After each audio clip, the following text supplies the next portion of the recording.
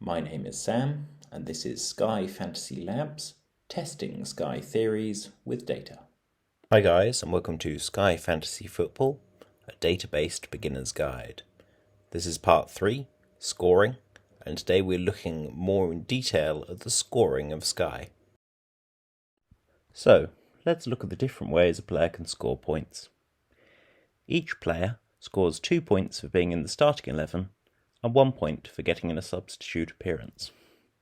You'll notice that the number of minutes a player plays doesn't actually affect this, and so if a player plays 4 minutes of the game and then is subbed off, they still get their 2 points for being in the starting 11, and consequently if a player is subbed on 4 minutes into the game and plays the remaining 86, they'll still only get 1 point from a substitute appearance.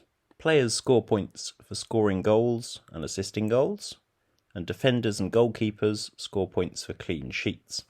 Players lose points for missing penalties, scoring an own goal, and getting yellow and red cards, and goalkeepers and defenders also lose points for conceding goals. Goalkeepers score 7 points for a clean sheet, whereas defenders score 5.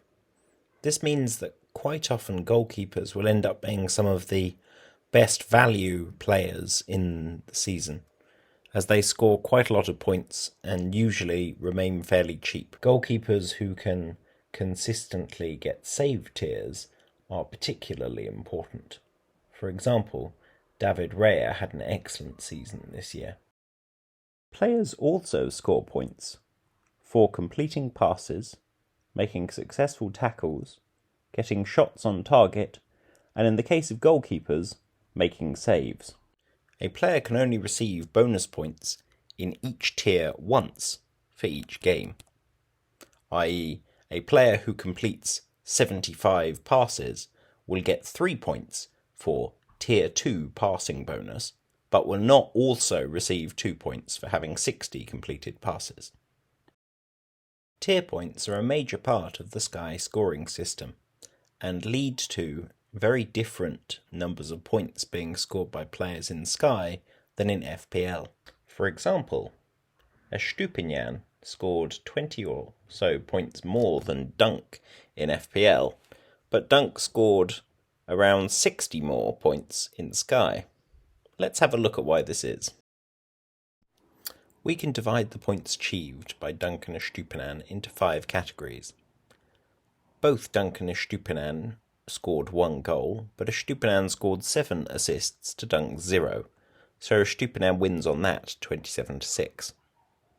For appearance points, Dunk started 36 games and subbed on 0 times, whereas Estupiñán started 31 games and subbed on 4 times, so a slight edge to Dunk here. For defensive points, Dunk received more clean sheets.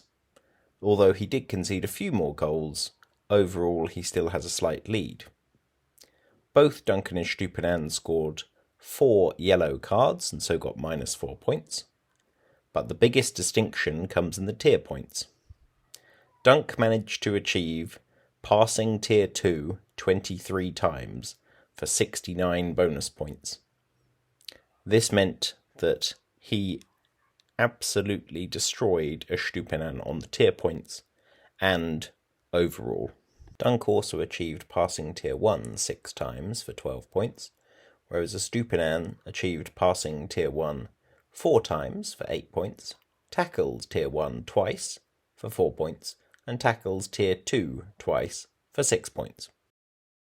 In summary, we have seen the scoring system of Sky and how tier points are a big part of it, and important to consider when deciding who to add to your team.